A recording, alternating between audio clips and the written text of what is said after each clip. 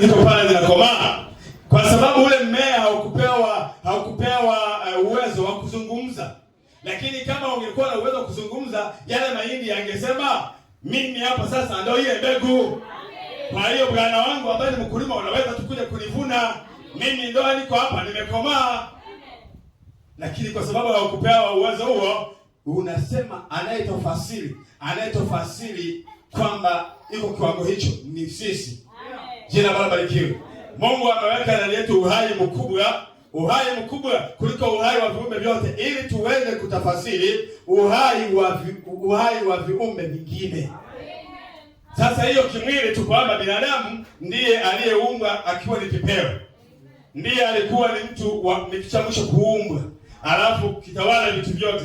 Vitu vyote vilikuwa chini ya mwanadamu. Mwanadamu aliweza kutambua, ndio maana Adamu alitoa majina. Jina Bwana barikiwe. Kwa mwanadamu ndiye anayeweza kutambua kwamba sasa huu mmea unastahili kuliwa, hii mbegu inastahili kuliwa au bado. Kiroho hivyo. Jina Bwana barikiwe.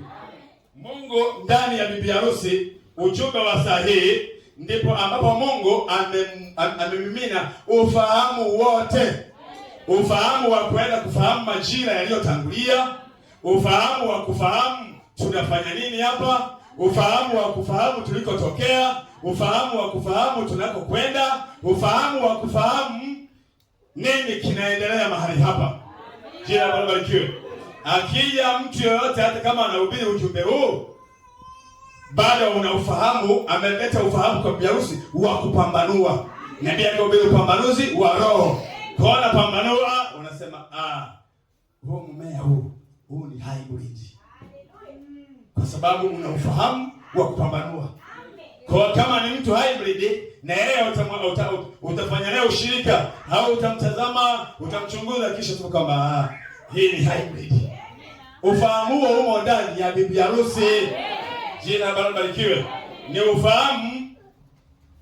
Nabii wa wakati huu wetu ndiye nabii ambaye maandiko yamesema kwamba nabii alisema mwenyewe kwamba ni nabii ambaye Mungu amemtumia kwa viwango vikubwa kinaganaga, yani akamthibitisha sana kuliko nabii yeyote ambaye amewahi kuwepo. Unaweza ukasema hata Musa naye, maana Musa inaonekana pale Misri mapigo yale na kadhalika, ukisema hata kuliko Musa. Ndio, hata kuliko Musa. Sasa ikiwa nabii huyu tunayemwamini sisi, ambaye huduma yake sisi ni matokeo ya hiyo huduma, basi huduma inayozaliwa kutoka kwenye hiyo huduma itakuwa ni huduma ya jinsi gani? Ndio maana nabii alipoulizwa akasema itakuwa ni huduma kuu sana, ni huduma nyenyekevu sana, itakuwa nyenyekevu sana. Lakini inaendelea sasa hivi ni huduma kubwa. Huduma ya bibi harusi sio huduma ndogo. Jambo moja tu ni bibi harusi kutambua. Wakati mwingine ukae ujichunguze, ujikague kwamba hivi mimi ndo mzao wa ujumbe huu. Yaani ujumbe huu, nabii alipokuwa akihubiri ujumbe huu, mimi ndo nilikuwa, yaani mimi, yaani kuangalia kote kwa nabii, kuungua kote, kulala porini, kunena kote, ilikuwa ni wewe. Amen. Mchungaji alisema hapo, nafikiri Jumapili, ilikuwa ni maombezi. Ile huduma ya nabii ilikuwa pale ni maombezi, maana wewe ulikuja tokea bado. Kwa maombezi yalikuwa yakifanyika. Sasa mimi kumbe ndio nilikuwa nafanywa maombezi. Mimi ndio nilikuwa naombewa katika kipindi chote cha nyakati 7 za kanisa. Mimi ndio nilikuwa naombewa na ujumbe huu blani ya mkuangeka kote huko ni mimi. Basi napaswa kutokea nikiwa kitu cha namna gani? Kwa sababu kipindi kile cha Agano la Kale, kile pia kilikuwa ni kipindi cha maombezi kwa ajili ya Kristo. Sasa angalia ule mzao alipotokea. Kristo alipotokea alikuwa ni kitu cha aina gani? Halafu baada ya yeye kuondoka, maombezi mengine yanafanyika. Ni kitu cha aina gani kinapaswa kuwa kikitokea? Sasa huyo ni wewe. Ndio maana upaswi kujidhalau. Kuangalia tu Mungu anasema nini? Mungu anataka nini? Mungu amenena jambo gani, alafu kulichukua. Nilitolea mfano siku ile wa yule kipofu. yule mtu kipofu kwamba aliamini sana. Hata alipokuwa ameamini sana, kwa kuwa ni kipofu, angesikia, maana hawezi kusoma. Angeambiwa labda angeambiwa Mungu amesema tunaweza kupita hata kwenye ukuta. Amesema Mungu? Mungu amesema.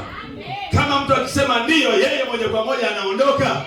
Kwa nini? Ameamini sana. Ameamini katika neno la Mungu. Tunapaswa kuamini katika neno la Mungu. Hayo yote hayo ya huyo kipofu na kadhalika ni mifano. Hiyo ni mifano hiyo ikiwa inatusema sisi kwamba sisi ndio watu ambao Mungu alitegemea. Hivi mnajua sisi ndio, sikia. Sisi ndio, anasema nabii, anasema ngojeni. Ngojeni. Hata kile kikundi kidogo. Amen. Kile kikundi kidogo kitakapokuwa tayari kuchukua huu ujumbe. Amen. Jamani. Hayo maneno pekee yanapaswa kutufanya tunuke. Jina Bwana barikiwe.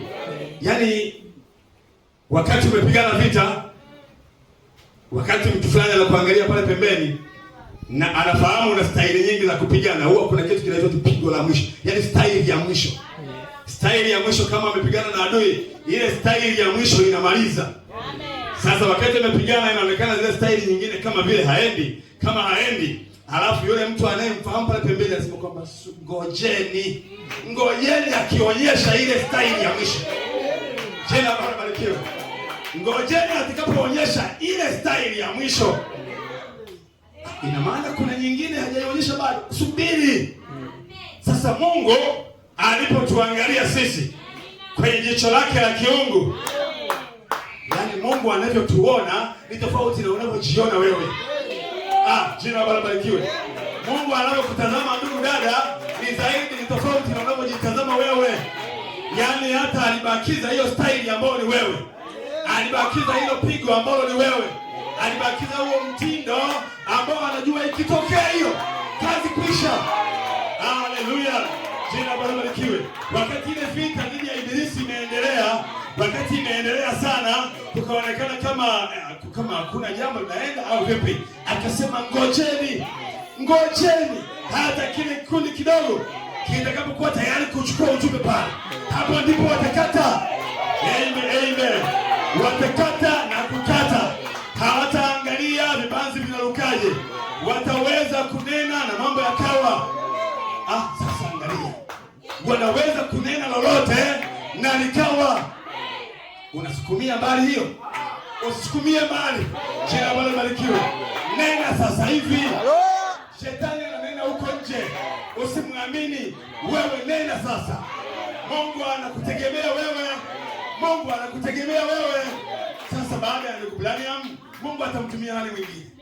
Maana hakuna nabii mwingine. Na ndugu Branham ameondoka. Je, Mungu amenyamaza? Nabii alisema subiri. Ngoja kuna kundi dogo linakuja. Jina la Bwana barikiwe. Na kikundi hicho ndio hiki. Ndio wewe. Hebu jichukue hivyo. Amina. Usijidharau. Sema mimi ndo niliandikiwa. Kumbe mimi. Yesu alipotembea na wale wana wa Emau, akawaambia ninyi hamkusoma andiko?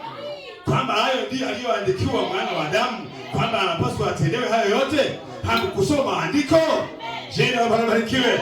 Hebu tusome maandiko. Haya mambo tumeandikiwa sisi. Usisome haya maandiko kama unawasomea wengine, ila jua umeandikiwa wewe. Amina. Jina la Bwana barikiwe. Akiposi kuziniwa sisi na akina Mwaposa na akina Gwajima ambao wetu